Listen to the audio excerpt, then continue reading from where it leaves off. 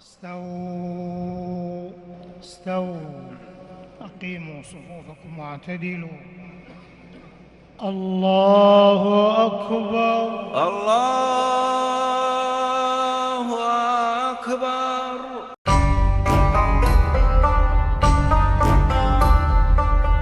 En ce mois béni du Ramadan, le musulman est tenu de respecter toutes les recommandations et pratiques islamiques, comme les 5 prières. Celles-ci,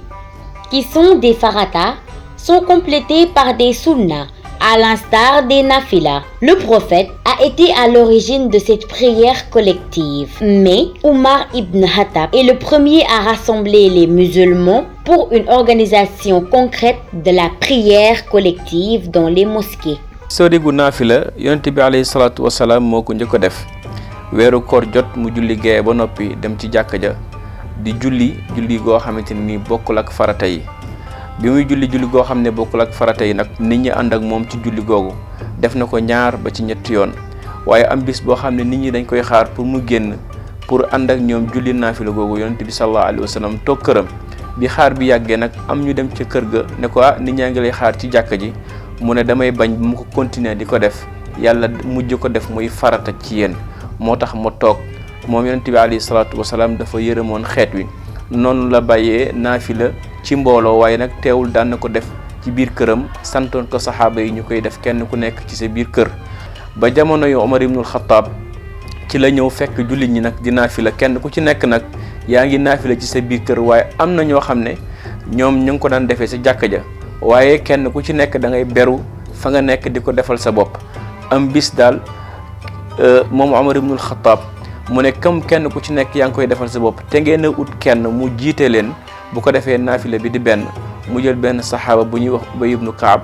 jiital ko ci kanamu nit ñi mu jiitee nit ñi naafila bi mu noppee nag ci la wax ne ni'matul bidaat haadihi nee na waaye bidaa bii de amul lu ko gën a rafet kon foofu mën nañ fa sukkandiku ne bidaa mën na rafet kon Omar ci histoire moo njëkk a dajale jullit ñi ci benn imam ci jenn jàkka ñuy naafilandoo. Une prière dite sunna est certes une prière qui n'a pas un caractère obligatoire, mais il n'en demeure pas moins d'une prière que le prophète pratiquait systématiquement et surtout chez lui. Parmi les actes qualifiés de sunna, il y en a qui ont un poids particulier et peuvent permettre que le bon Dieu nous pardonne nos péchés. naafila nag du farata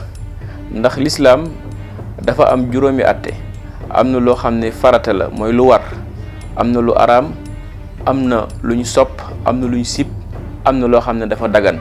naafila nag dafa bokk ci yi nga xam ne dañ ko sopp lu ñu sopp ci lislaam mooy loo xam ne boo ko defee ñu bindal la tuyaaba soo ko bàyyee doo ci am benn bàkkaar ci cadre boobu la naafila di dugg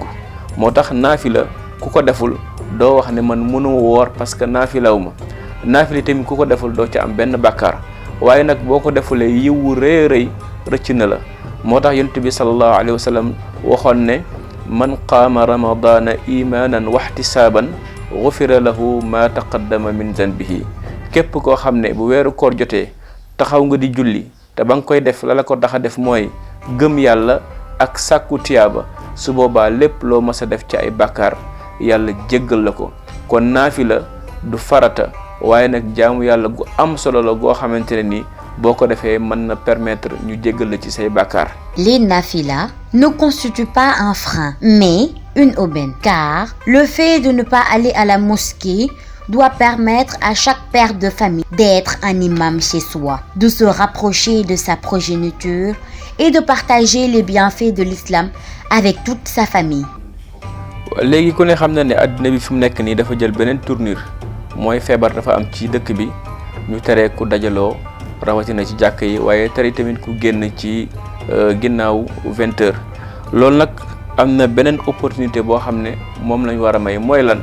mooy léegi benn jàkk la ñu amoon ci biir quartier bi léegi am nañu ay jàkk yu baree bari ndax kër gu nekk léegi war na mën a nekk jàkk borom kër bu nekk war nga mën a nekk imam occasion la yow mi nga xam ne yaa ngi ci sa biir kër nekk ci sa kanamu njaboot bu waxtu naafila jotee nga dajale leen ñoom ñëpp nga jiite leen jàng la nga xam ne moom la yàlla may